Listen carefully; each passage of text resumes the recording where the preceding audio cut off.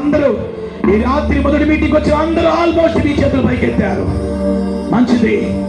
మీరు ఆయన వస్తాడనే నమ్మకం మీకుంది, నాకు కూడా ఉంది, సేవకులకు కూడా ఉంది. నా ప్రశ్న ఏమిటంటే, ఆయన రాకడకు ఎంతమంది సిద్ధపాటు కలిగి ఉన్నారు? Are you ready to meet him? ఆయన వస్తాడని తెలుసు, but no preparation for his church. ఆయన వస్తాడు కానీ సంఘానికి సిద్ధపాటు లేదు. ఆయన వస్తాడు, సంఘానికి సిద్ధపాటు లేదు.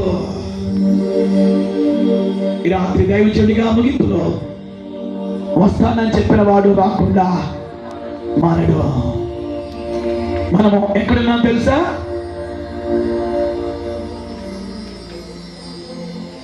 ఎండ్ డేస్ లో ఉన్నాం, ముగింపు దినాల్లో ఉన్నాం, ఎడ్జ్ లో ఉన్నాం.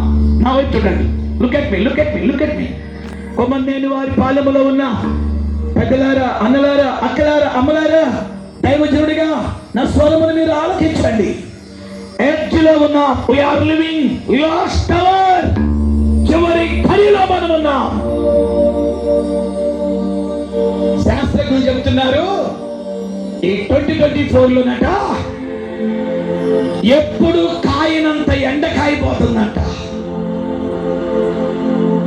మనం వాడుకునే ఏసీ కెపాసిటీ అంటే 48 degrees ఎండనే అది తట్టుకోగలిగింది.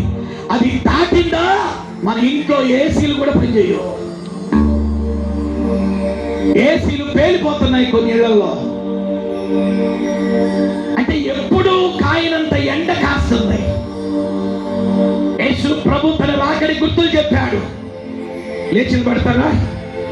ఏంటా గుర్తులు? దేశముల మీదకు దేశములు, మనుషుల మీదకి మనుషులు, అంచె దినములలో అపాయకరమైన కాలములు వచ్చును. ప్రభు చెప్పాడు, ప్రేమ తగ్గిపోయింది, స్వార్థం ఎక్కువైపోతుంది. చేతులు పైకెత్తుతారా? కళ్ళు మూసి చేతులు పైకెత్తుతారా? ఇశ్రాయేలీయుల యుద్ధ వీరుడైన ప్రభువైనటువంటి యేసు క్రీస్తు ఆయన రూపవద్దైనటువంటి ఆయన సంఘమును పరిణయం ఆడటానికి ఆయన రాబోతున్నాడు. ఈ కొబ్బరినేని వారి పాలెములో ఏ ఒక్కరు విడవబడకూడదనే దైవజనుల యొక్క భారం.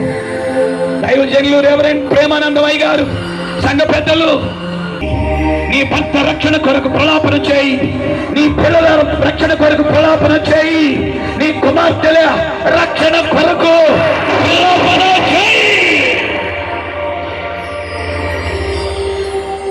చదువుకెత్తి 2 నిమిషాలు ఇవ్వడానికి మైక్ భాష 2 నిమిషాల్లో దైవజనులు ప్రేమానందమయ్య గారికి నేను మైక్ ఇవ్వబోతూ ఉండగా ఒక మంచి తీర్మానం తీసుకుందామా? ఈ కొమ్మనేని వారి పాలనోదన చర్చి వారు నిర్వహించిన ఈ సువార్త ఉజ్జీవ సభల్లో మొదటి రాత్రి దేవుని వాక్యానికి లోబడాలి. వాక్యము నాకు కాదులే అని నువ్వు నిర్లక్ష్యంగా వెళితే, తమ్ముడా, చెల్లి, అన్నా, అమ్మా, రేపు ఏమైందో నీకు తెలియదు. ఏమైందో మనకు తెలియదు. చతుర్భగతి అందరం కూడా ప్రభా, ఆ ఇశ్రాయేలీయుల యుద్ధ వీరుడైన నీవు పరిణయం చేసుకునేటటువంటి పెళ్లి కుమార్తెగా నేను ఉండాలి అంటే నీ ఇల్లు అనబడుతున్న సంఘములోనికి నేను చేర్చబడాలి, మారు మనసు పొందాలి. చేర్చబడటానగా మారు మనసు పొందాలి, బాప్తిసం తీసుకోవాలి, దేవుని ఆత్మతో నింపబడిన అనుభవం. చేర్చబడ్డ నీవు క్షౌరం చేయబడాలి అనగా తగ్గింపు, విధేయత, సమర్పణతో కూడిన జీవితం. మూడవదిగా గోళ్ళు కత్తిరించబడాలి. గోళ్ళు కత్తిరించబడ్డ రహస్య పాపములకు సూచన. చిత్రపగతాలు కళ్ళు మూసి ఏమైనా రహస్య పాపాలు దేవునికి నీకు మధ్య ఉంటే ఒప్పుకో, విడిచిపెట్టు. This is the right time. అతిక్రమములు దాచిపెట్టువాడు వర్ధలడు, వాటిని ఒప్పుకొని విడిచిపెట్టువాడు కనికరము పొందును. ఎంతకాలము క్షౌరం చేయబడకుండా, ఎంతకాలము గోళ్ళు కత్తిరించబడకుండా, దేవునికి నచ్చనివి, దేవుడి మెచ్చనివి చేయనివి, దేవుడు ఇష్టపడినవి, దేవుడు అంగీకరించని పాపములతో ఎంతకాలము నీవు ఉంటావు? చివరిగా ఆ ఇశ్రాయేలీల యుద్ధ వీరుడు ఆమెకు చేయవలసిన